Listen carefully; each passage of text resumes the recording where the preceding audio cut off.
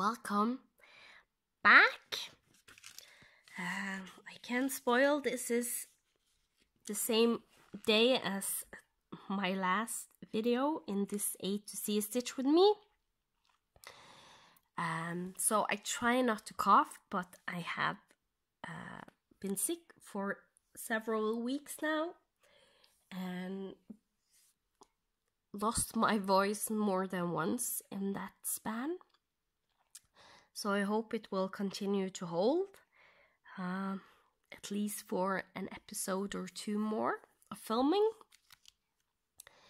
So this is the Racon Cabin by Cottage Needleworks. We are now working in the roof. This is a part of the Frosty Forest series. I am doing all 9 parts on one big fabric. Everything I ordered from Patchwork Rabbit. They have a monthly series you can do. And there you can order from 1 to 3 parts of the series each month. And you can decide if you want special flosses, DMC, buttons, fabric, and the pattern is you have to have the fabric, the pattern. So you can choose to get fabric for each one individually or on one big pattern. So I chose one big fabric. It's the cold 4 fabric. So it's a 32 count pearl gray Belfast linen.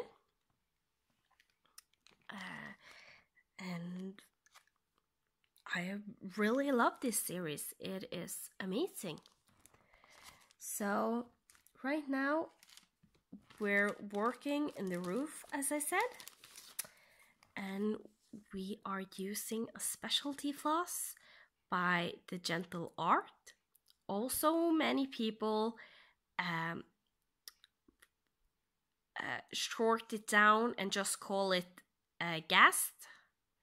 I think at least that is the Gentle Art is shortened down and called Gast.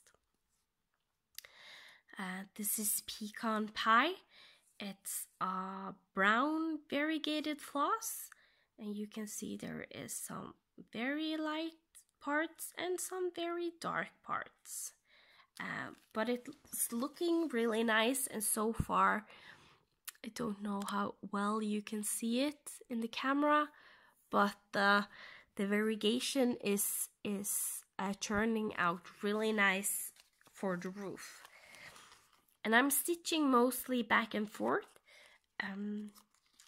just because at least I feel most of the roofs here in Norway, that's the direction the roof tiles are laying, back and forth. And so yeah, last time I did start the stitching style tag, and we went through the first 10 questions of the tag. So today I will pick up stitching on the roof and continue doing the stitching style tag. And I am still, as you can see, railroading my stitches. And for you who don't know what railroading is, you can choose to railroad just one leg or both legs. A lot of people decide not to railroad this one, but I do. I basically take my needle through the 2 strands of floss and I go down the fabric. So that was the first leg. For those that normally do just railroad one leg, they do it on the top leg because that is the one people will see the most. So again, through the 2 strands of floss, with my needle and down the hole. And that's how you railroad. It takes a little more time, but not too much. And also I have found I need to take my needle through, if I'm going with my floss from the left to the right, I need to go with my needle from the left through the floss, just because if not, it will end up making it twist even more on the front of the fabric. So, and now when I go from the right to left, I go in from the right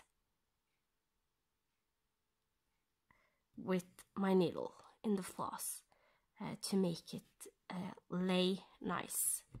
I don't know if normally when people talk about railroading, they just talk about you need to put your needle through. But I have found if I don't do it the way I just explained, then I end up making a bigger mess. I think I just got a knot on my floss.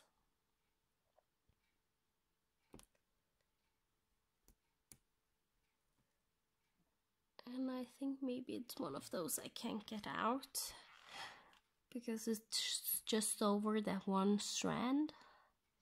So we'll leave it and deal with it when it, if I need to do that. Sometimes I'm lucky and the knot will naturally end up behind the fabric as I stitch. So,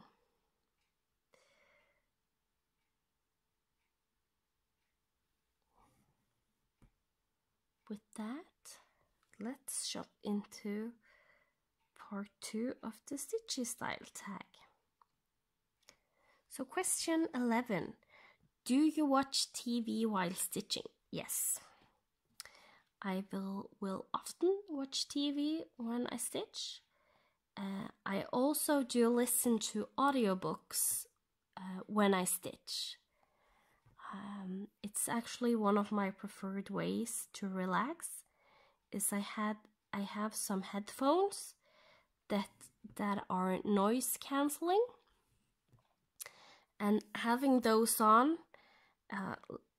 with an audiobook going and sitting and stitching is one of the ways that my body managed to relax. So I will a lot of the time do that, but I do also watch TV.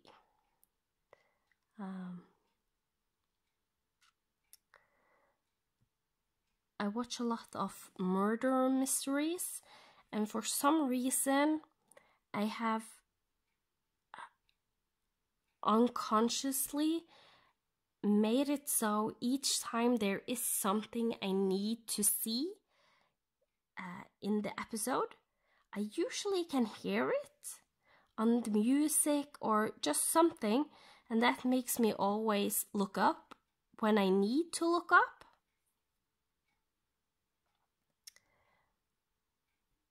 And so I get everything that I need to watch on those parts. And this time I was lucky and the knot is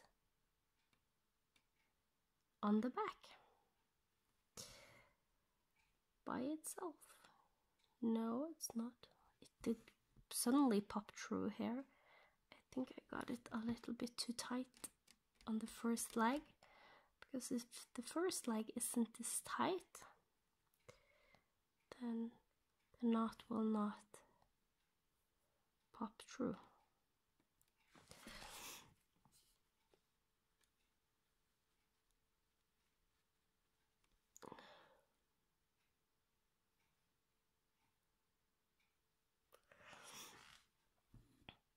like this. So then we did deal with that knot, and a pretty easy way. I'm glad it did go that way. Don't like to have a knot on the front. Okay. Do you mostly stitch alone? Or yes, I do mostly sit and stitch alone.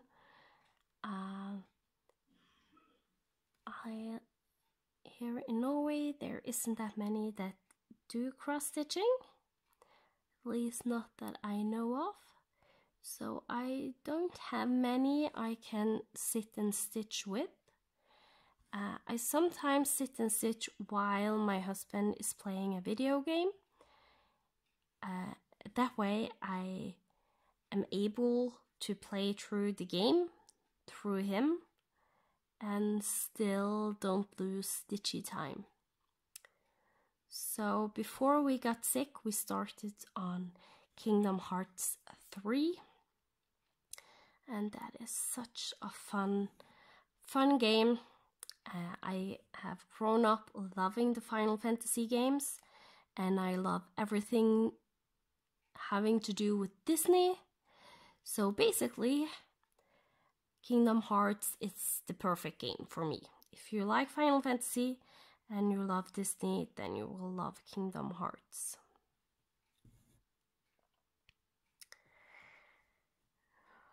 Number 13. Let me see. Do you like to experiment and alter a chart or stick to the pattern? I do both. Sometimes when I see a pattern, I know immediately that I want to change something up. So I might change the color or the fabric, or yeah, and for me, very often I will change the fabric just because a lot of patterns I feel call for picture displays, and that's almost impossible for me to get.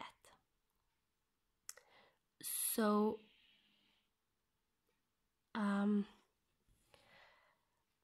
I will then use another fabric that is either similar or that I feel it fits the pattern, and I will use that instead. So that is used a lot of the time. I also have gotten a good stash of silks from you and Victoria Motto from being in their floss club. And some patterns that isn't that big, like Little House Needleworks, Country Cottage Needleworks, some smaller patterns on Etsy. I change up the colors to some of those. I actually did a bigger one with ink circles that I changed to Victoria Motto sampler floss. So I do sometimes do bigger ones also, but then you need to be sure you have enough floss. That's usually the biggest problem with changing, is knowing if you have enough. Because usually the ones I have, I can't get more of if I run out.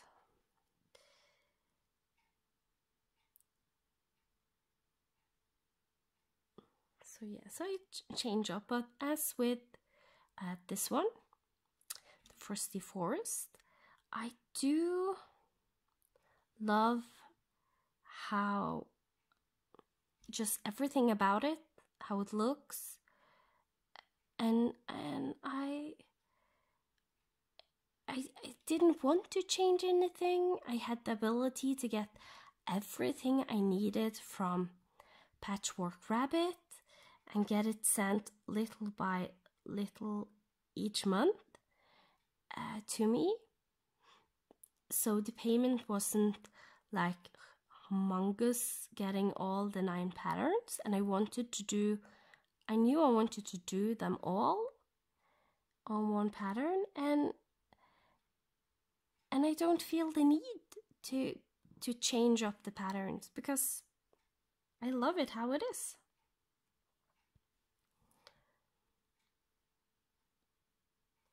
So both, and sometimes it's nice to have a few patterns where you're just following the pattern. Usually that is my full coverage projects, because full coverage project, it's not something I want to start changing. Let's just say that, because you can easily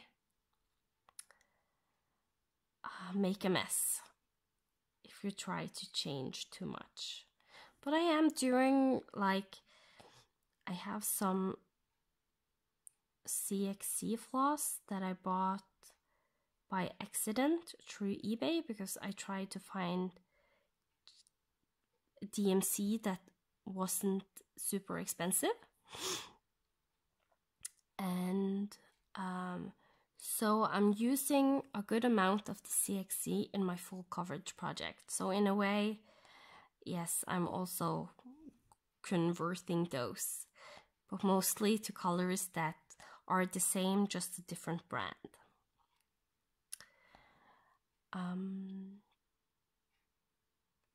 Let's see.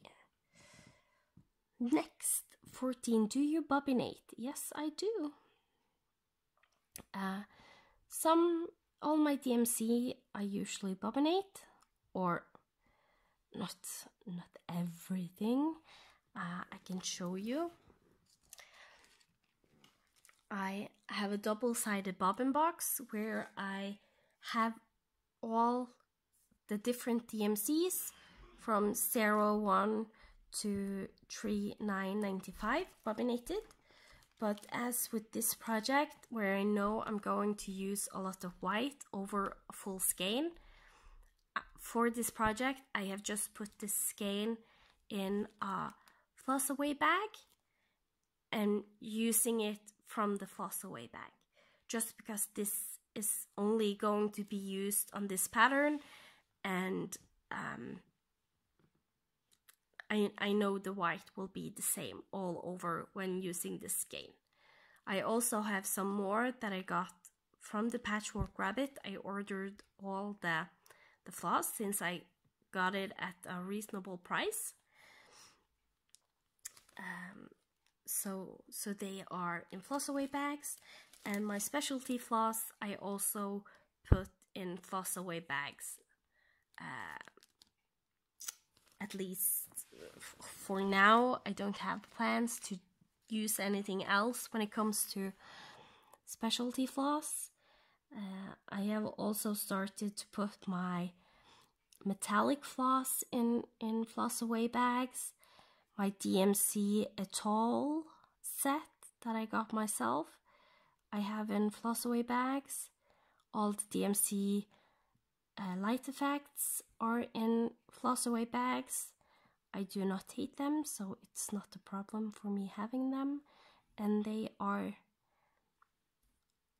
I can get them easily if I need to, so they're actually pretty nice to use for me.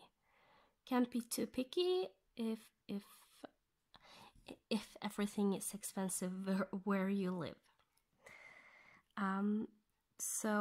And my CXC floss, I do bobbinate. I also have some anchor floss that I have inherited from a friend that passed, and those I am also in the midst of bobbinating, because I will use them as I use DMC mostly, or my CXC, to use instead of a DMC color. I will find the corresponding anchor and use it, typically in full coverage projects.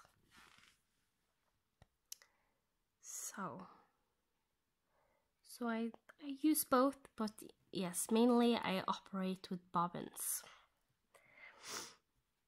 15. Do you start in the middle or a corner?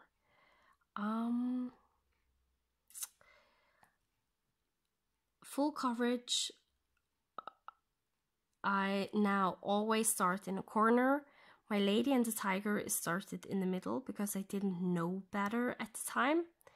And I hate the fact that I started it in the middle. It had given me so much trouble. So safe to say I'm not going to do that again.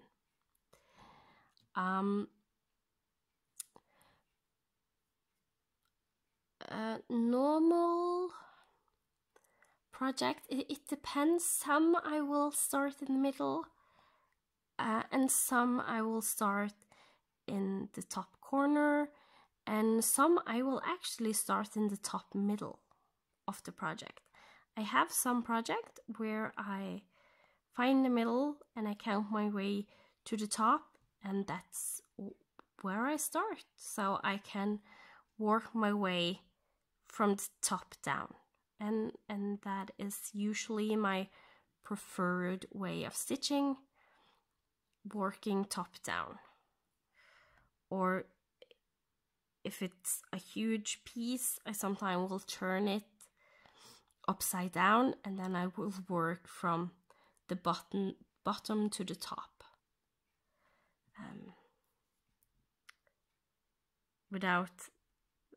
with it still being the same process as I'm doing. And this one is actually started top middle. I started at the top middle of the border and went around and did all the border, because the border isn't touching anything of the pattern in the middle. And I have slowly, I think actually I did this before the tree, so I stitched the top of the house before I stitched the tree, but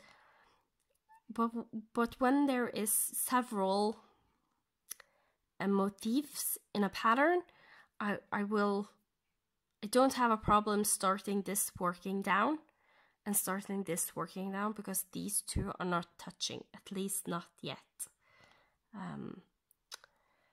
on the pattern. So even though I have worked on the top and jumped down and done all the white and this mint green border, I still in a way work my top down. It's just even though it says this is color fast, it is a very dark color some places, and I was afraid if I waited with doing the white could, if I stitched that later on, it would maybe pick up the color from the roof, and I didn't want that. So if there is a dark color around white color, especially if it's a dark brown or dark blue or dark red, I will do the white first and then the other color, so the white stay white, if that makes sense. It does to me.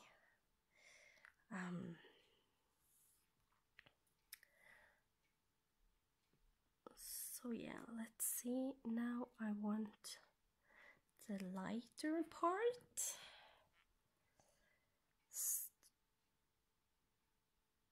started.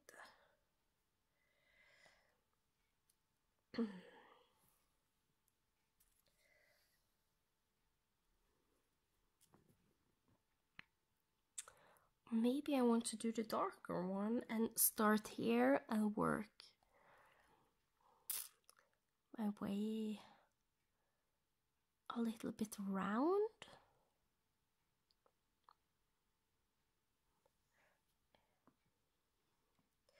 I think maybe that can make for a cool effect. One stitch, and I actually don't think I want the darker one, but a lighter one first. When doing variegated floss, there is some planning to be done when deciding how to stitch. And I'm sorry if I bumped the camera. You are sometimes very close when it comes to me stitching. Don't need to do it again. Hope it's not too messed up.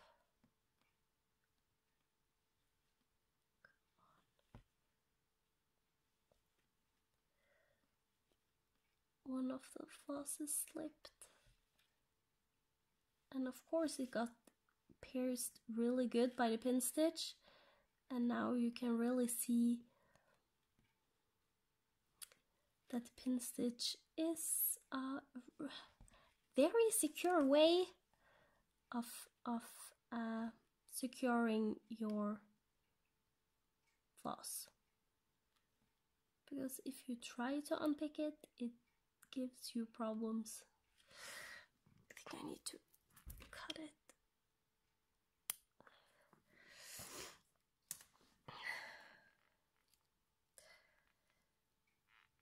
Okay, let's try this again.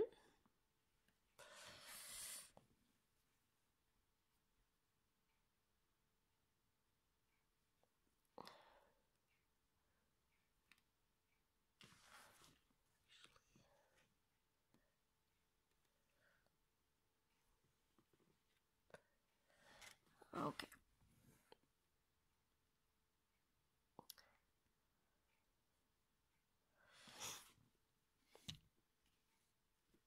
Sometimes when I'm doing the pin stitch, one of the strands can slip. I usually don't lose both of them, and I do rarely lose one strand, but this time it happened, and that's why I needed to do it over again.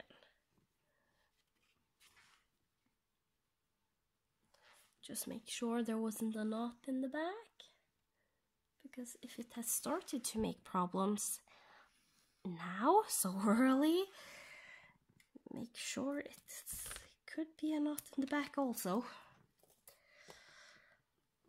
This floss didn't want to behave. This length.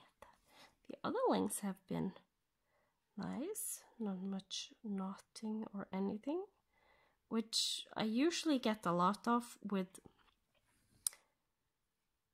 gassed or weak style work, because it's the floss seems a little bit drier, so it has a way of knotting up easier.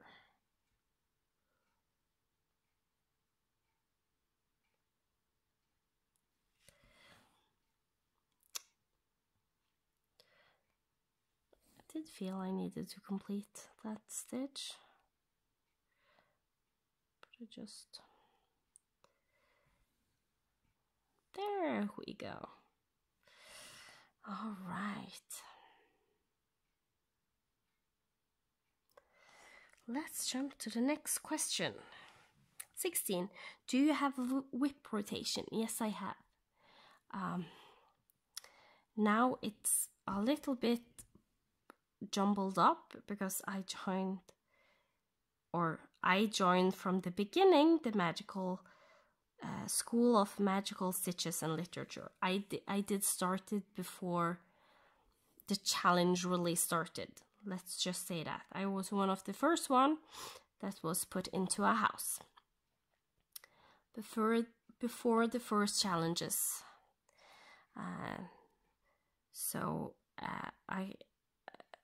But previously, when they did Jane Austen, I didn't feel they had so much stitching challenges, etc. But they have now when it's Harry Potter, and I love it. I do love it. I'm very glad that I joined and have been in it from the beginning.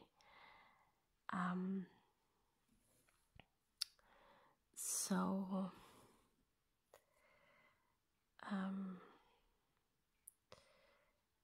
and that just makes my rotation not so much a rotation anymore. I have some whips that I in a way have assigned to be stitched that month, and like with my full coverage, I have a certain number I need to do before switching, and depending on how long that takes, I will mainly focus on that project unless there is a monthly goal, a weekly challenge I need to finish for magical stitches.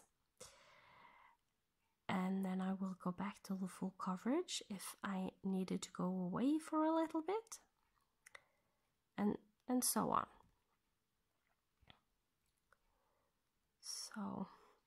So yes, I have a rotation, but it's a very loose rotation right now. Let's just call it that.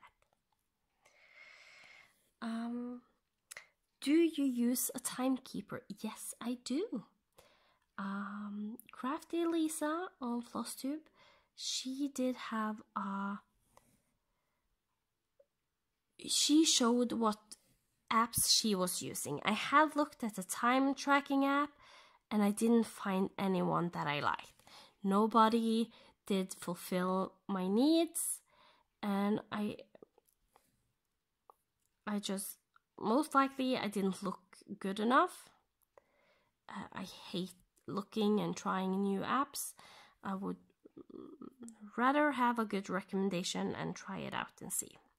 So she showed me a time tracking app and how she used it, and I loved it. So I started using it right away, and there is a free version you can use, but to get more categories you can track time of, you need to upgrade to the Pro version.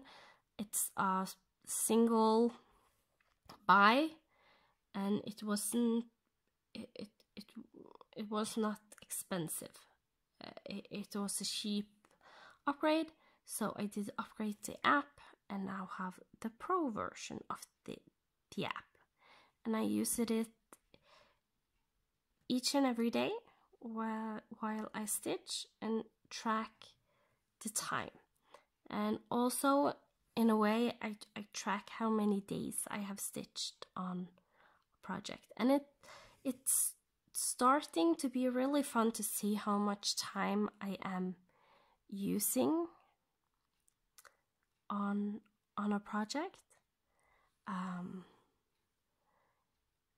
especially if you compare it to other ones. And some whips I will maybe have stitched like 20 days, but I only have about 21 hours stitched. And then there is other whips that I have almost 40 hours on them, and I only have 14 days worked on them. So days worked on whips isn't always a good estimate. That's what I did use before, to see just how many days. But some days I can stitch on 2 different whips and so on. So time tracking is a really nice way. And together with me having to count stitches now, I also get an estimate about how many stitches I can do in an hour, etc., etc. And for me, being a little nerd, that is exactly what I love. And it's easy. I just push the play button when I start stitching, and I push the pause button when I am finished stitching for the day on that project. Really easy. And if I'm changing project, then I just push play on the new project I'm starting to stitch. 18. Do you park? Yes, I do. When I stitch full coverage, I do park. I have my own way of parking, and I am planning on trying to make a good video about how I park, because the first one was a little bit stitch with me trying to explain how I park, but I didn't feel I did show it very well, and I didn't show it to its full potential. So that is something I am planning to try and do. I sometimes on non-full coverage project can also park, especially if I'm doing a long jump. Then I will, instead of cutting the floss, if it's not too long, that it is a decent jump. Sometimes a jump can be 5 or 6 stitches, and it's usually worth it if you think about how much floss you are using starting and securing that floss. With the pin stitch, that reduces greatly, but still, and sometimes I also consider the time used starting and ending a floss. I consider that in my calculation if it's worth it to jump. But then when I do the jump, I will usually park the floss after the jump and stitch my way. As I said, I usually stitch top down, or if I turn it around, it's still top down, just on its head. So it ends up being more like down up, because it's turned on its head. And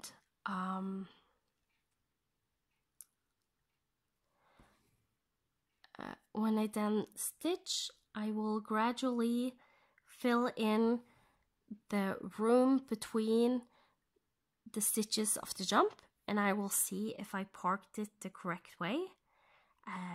99% of the time it is parked correct, but for that 1% when it isn't correct, and I would normally have stitched maybe 30-40 stitches wrong, it is really nice to park, because then if it's the 1% that I do jump to the wrong place, I have counted wrong, then it's not becoming a problem, because I haven't done a stitch, I have just parked the floss, and I can put it in the correct location when I come down to where it's supposed to be started stitching again.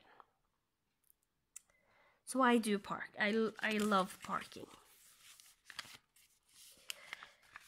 Especially big projects. Do you keep orts? It's the next question. Yes, I do. First, I had a little glass jar that I bought from IKEA, but it was a little bit big and lumpy, and it just took too much space for me. And then I ordered some one project bag and some grime guards, and as a bonus, the person making the grime guards and so for me also made me 2 needle keepers and an ort jar in fabric. Sorry. And it looks like this.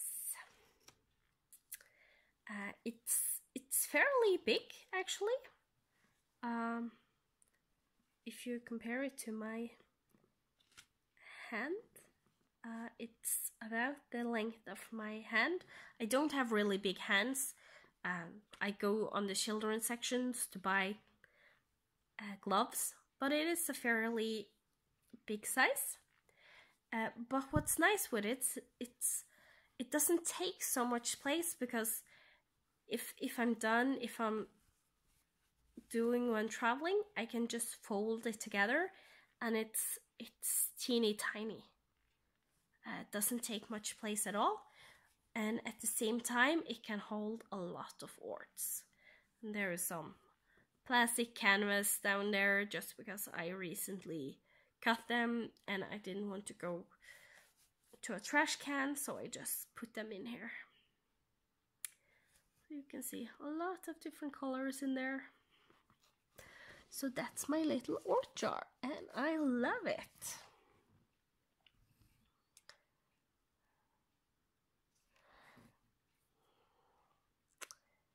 And the last question in the tag is snack or drink while stitching. Yes, I do both, and sometimes I don't. Usually when I sit and stitch, I forget the time, so I in a way I don't have time to drink, but once in a while, if I'm changing colors or I need just a little bit time to sit and think, I will put my needle on my needle minder and find my glass and take a little sip, as I just did.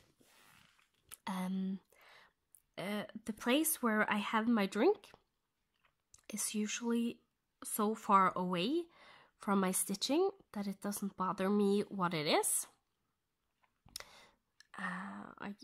So soda, juice, water.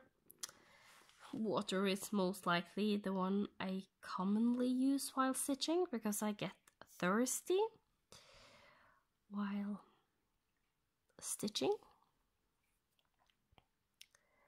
But I also, in the weekends, and drink a little bit of soda. Now, when I have been sick, I have been drinking orange juice a lot. Sometimes I have tea or cocoa, hot cocoa. So yeah. And if I have snacks, I usually have snacks that doesn't leave residue on my fingers. So there is a type of chips that I have that it's a mix between a chips and a cracker, and if you pick it up the right way, it doesn't leave residue on your hands because it only has salt on one part of the chips. I also have some chocolate that it's a peanut enrolled in chocolate, and there is like a hard chocolatey outside. It's not directly chocolate, but it has a hard outside, which makes it so that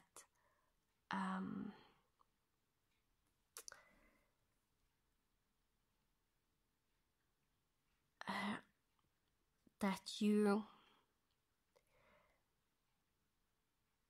it doesn't leave residue, basically.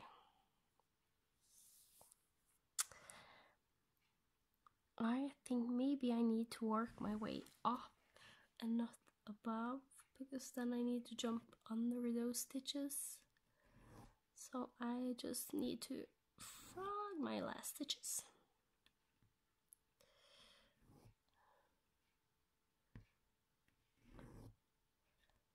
The one there, extra there, doesn't hurt. So yes, I will eat that while stitching.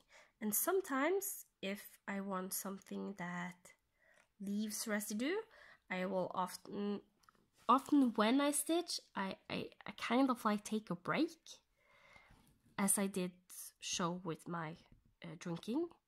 I will put my needle down, I will take a drink, snack on something, and then I will usually wipe my hands with like a wet napkin thing, or go and wash my hands, and then continue stitching afterwards.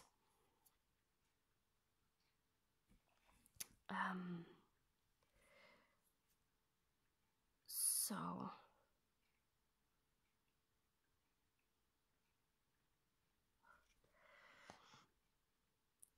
that's how I snack. And sometimes I can also use a fork. If I have like a cucumber that I have pre-sliced or something like that, I use a fork to eat with, so I don't get anything on my hands and I don't need to go and wash it. And you can also eat cheese doodles with a fork. It's perfect. You don't get all that stickiness on your fingers if you eat cheese doodles with a fork. So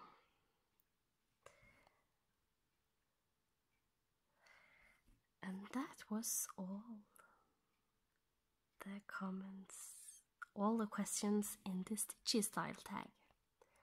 So now you know a little bit more about me.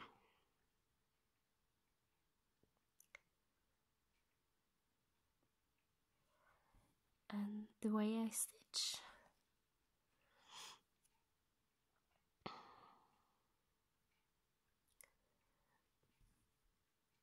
And we are time's up onto time. Especially since I don't speed these up because I'm talking all the time. I know I'm not going to speed them up. Then I really need them not to be too long. So